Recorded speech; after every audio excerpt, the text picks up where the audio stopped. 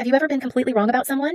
At Westlake High, nearly everyone warned me about Ms. Keller, the scariest calculus teacher on earth. She'll destroy your GPA, they said. She made Jared cry in the middle of class last semester. The rumors sounded almost mythical. She called students to the board just to embarrass them, never rounded up test scores, even if the whole class failed, and had been divorced 3 times because no one could live with her. I needed the calculus credit to graduate, so I signed up for her class. Day 1, she lived up to the hype. Cold, strict, eyes that seemed to see through every weakness. On the first test, I got a 62 with bright red letters, "See me after class." I nearly dropped the course. When I asked her what it meant, she just said 3 words. My classroom rules. I spent the whole day on edge, stomach in knots.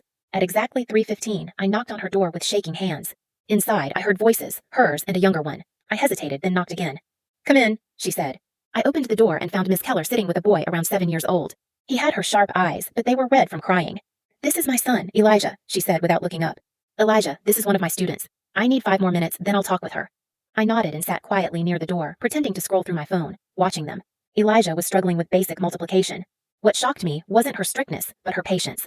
She explained the same concept 4 different ways until Elijah got it. "That's right," she smiled when he got it. "See? I told you could do it." Her whole face changed when she smiled. When Elijah packed up and left with what I assumed was the sitter, the smile disappeared and the usual stern expression returned. But something had shifted in me.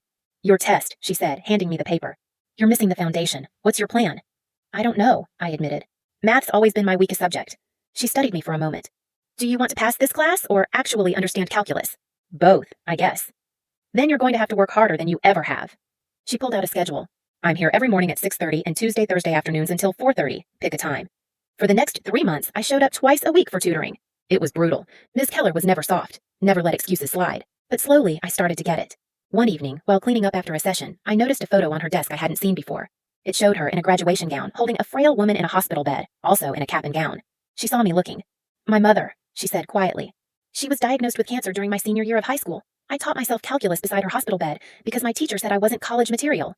She turned the photo face down. "She lived long enough to see me graduate. High school, not college, not the PhD."